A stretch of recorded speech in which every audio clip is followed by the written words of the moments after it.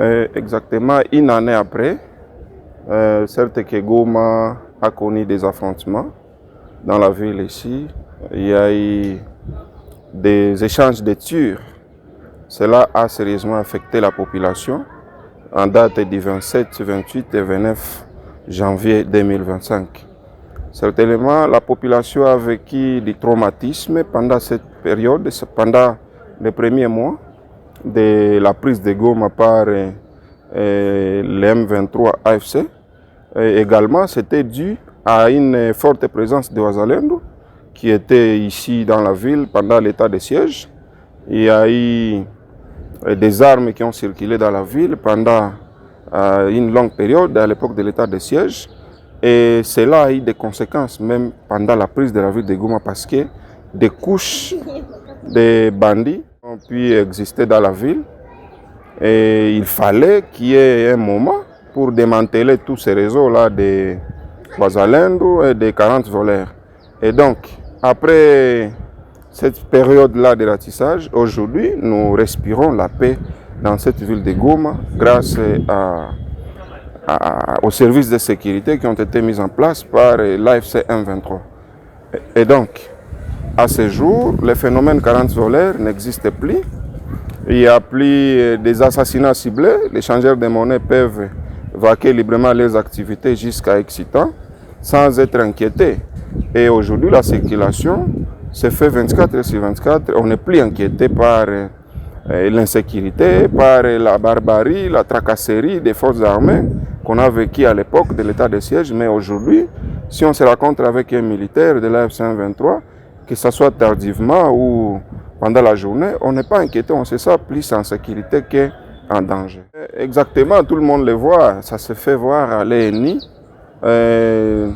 En tout cas, comparer l'époque de l'état de siège, pendant cette ère où l'AFC M23 administre la ville de Goma et ailleurs, ça serait vraiment le jour et la nuit parce qu'aujourd'hui, nous vivons la paix dans cette ville, malgré d'autres situations dues à la conjoncture, mais au moins, en cette période, il n'y a plus des assassinats ciblés, il n'y a plus des morts des motards, des chauffeurs, des changeurs de monnaie, il n'y a plus l'insécurité et la tracasserie. Et donc, aujourd'hui, même sur la route, vous voyez les policiers des PCR, les roulages, ils ne tracassent plus la population. Donc, il y a une certaine discipline qui a été instaurée dans ces zones. Pour nous, en tant que défenseurs des droits de l'homme et habitants de la ville de Goma, nous pensons qu'il faut un aboutissement du processus de paix et de tous les processus qui ont été mis en place pour qu'on espère à une paix durable. Et donc, penser à l'intégration des forces armées de l'AFC M23, donc les éléments de l'ARC, au sein des FARDC, je ne vois pas le mal si on peut s'attendre à cela, parce qu'on ne peut espérer à une paix durable si on répond à toutes les revendications nobles de la partie de la rébellion. Mais si on continue à s'opposer à quelques revendications, dont l'intégration, par exemple, des éléments, parce que parmi les éléments de l'ARC, au moins 90% ou 80-90% faisaient partie des FARDC.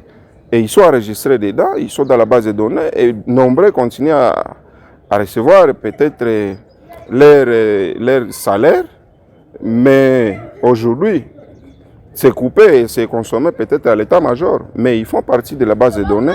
Et les nouvelles unités, c'est plus c'est dont on a recruté récemment. Parmi les jeunes recrutés dans la ville, à Rutshuru, à Massissi récemment, ce sont là les nouvelles unités. Mais la plupart des forces armées de l'ARC, ils font partie de la base de données des FARDC jadis. La population de Goma peut continuer à espérer et à aspirer à la paix parce que nous pensons que sans le dialogue, sans l'aboutissement du dialogue, on ne peut pas s'attendre à une paix durable. Et donc la population peut toujours continuer à accompagner ces initiatives et espérer à une paix durable à l'issue de l'aboutissement du processus de paix. À la communauté internationale, c'est de demander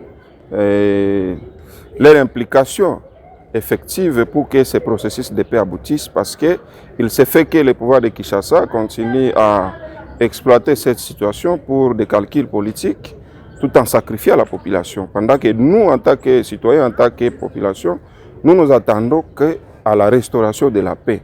Et la restauration de la paix ne pourra que provenir de l'aboutissement de ces processus qui sont en cours, et cela demande l'implication directe et le soutien de la communauté internationale sans hypocrisie.